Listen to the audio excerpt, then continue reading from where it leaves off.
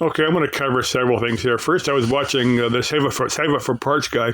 Now, he was talking about most of his stuff is electronics, but the first thing he was talking about is for the flat earthers. Now, it's beyond me why these guys are still, are still here, still believe the Earth is flat. But well, the old thing was that as a ship, the old sailing ships, as they left the harbor, the very very top of the mast would be the last thing to disappear.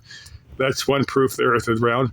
Another is like radio waves above 60 megahertz or no, above 30 megahertz, somewhere in there, only go about 60 miles.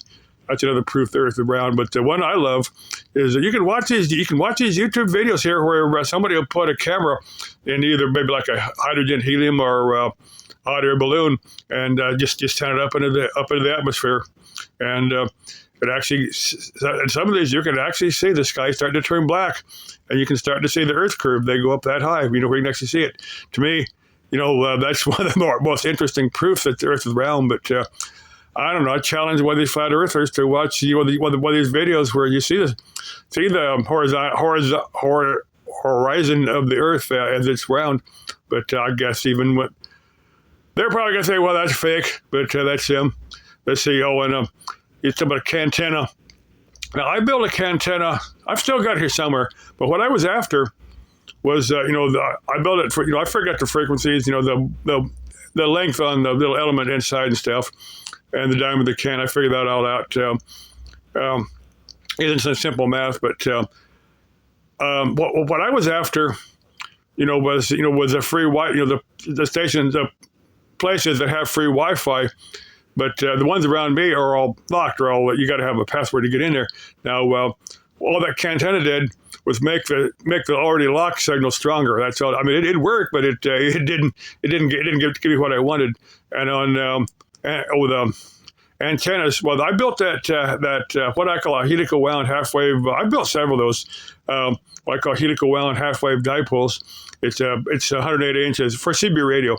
It's it's wire wound upon a piece of PVC pipe. Now, it did work. I did get signal, not a real good signal. I don't think it's as, I think ideal antenna for CB, if you're just going unidirectional, would be like an L, long, just a long wire L pattern, where you make it unidirectional. Now, if you want a high gain antenna, I don't know if Yagi works good with CB, but some type of high gain directional antenna. But I'm gonna take that dipole out. I want to actually build that my bug out radio with one CB radio on it. Just take it out and see how well that antenna does. I'll probably just take a single sideband radio on there, so I can get some of the DX signals. Let's see, the main thing I want to discuss, so some of these chicks that I've asked to would join up with me for maybe a day hike, some of the more interesting places out here, maybe overnight or something.